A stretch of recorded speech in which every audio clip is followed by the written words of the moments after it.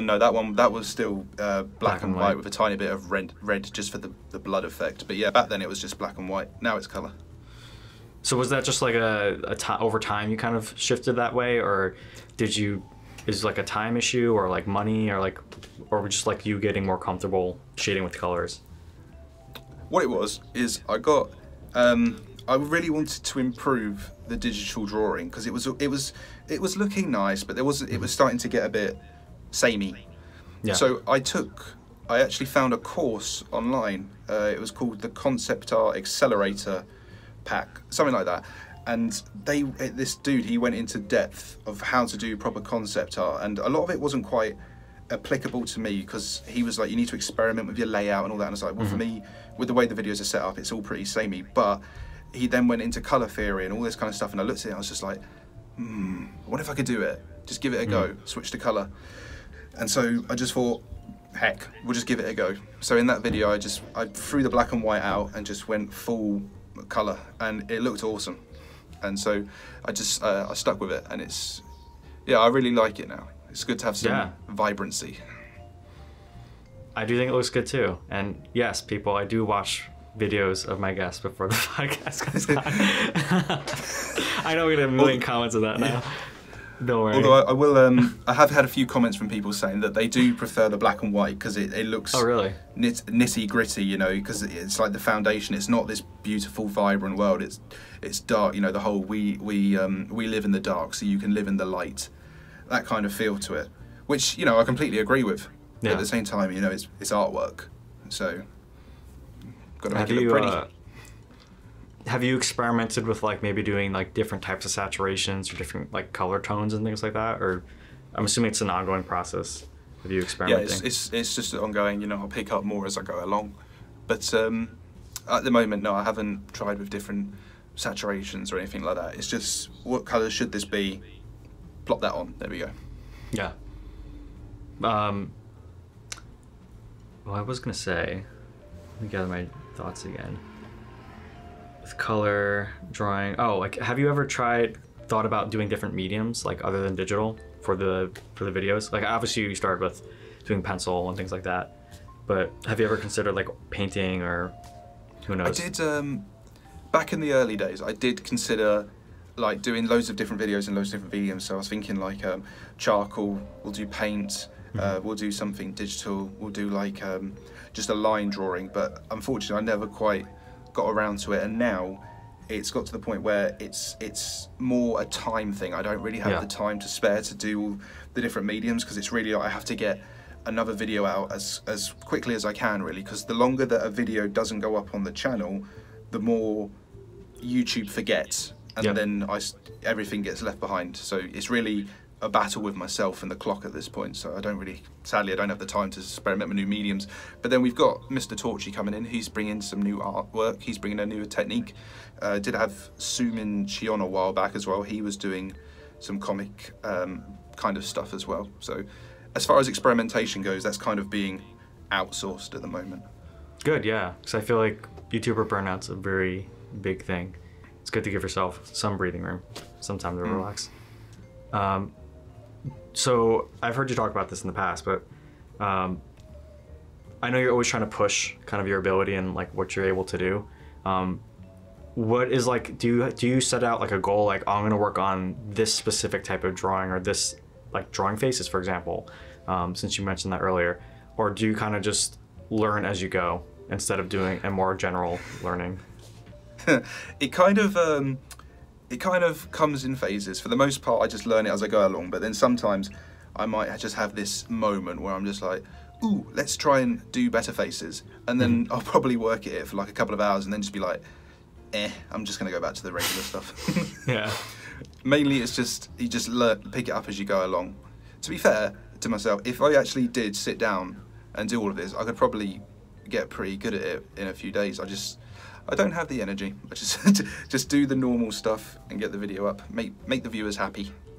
Yeah. It'll come in time. I mean, that's always a battle between like, do I invest time now learning that could be time that I'm putting into the YouTube channel? Like, it's always a juggle. Like, have the same thing where it's like I could be spending more time learning motion design and Blender in general, or I should just try to cram through and actually work on SP3000 and animating. It just comes down to time, doesn't it? Yeah, it really does. Which is just, there's always that saying, like, when you're young, time is cheap. And I guess as a kid, you're like, yeah, whatever. But like, I feel like, as cliche as it is, as I'm getting older, and especially as I'm like trying to run my own stuff, yeah, time really is like the real thing that is holding you back. Yeah, more it just so than goes money. by so quick. Yeah.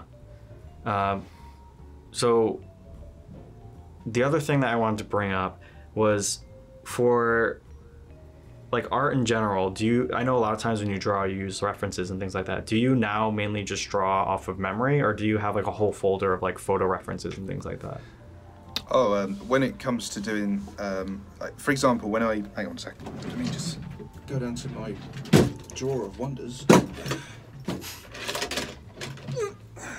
So you can see these on the camera right now, but I'll describe them to you. So I've got these kind of Kun drawing figures that I found on Amazon. They're like humans to help you draw figures, and they've got like podiums and stands to go on. So configure those, and that's how I draw human people, because to get my anatomy right. But when it comes to landscapes and actual items and stuff, I usually draw from reference, unless it's something that you wouldn't be able to find a reference for, in which case then it's all trial and error, mainly working with shapes. Oh, so like for example, plenty of SCPs that you draw that are more like creatures and stuff, you just kind of figure it out? Yeah, exactly. So ones like what was one? 407, 001, 610, 682. You've kind of got like a brief idea of what it should look like, but you don't have anything concrete, so you kind of just have to go with your imagination at that point.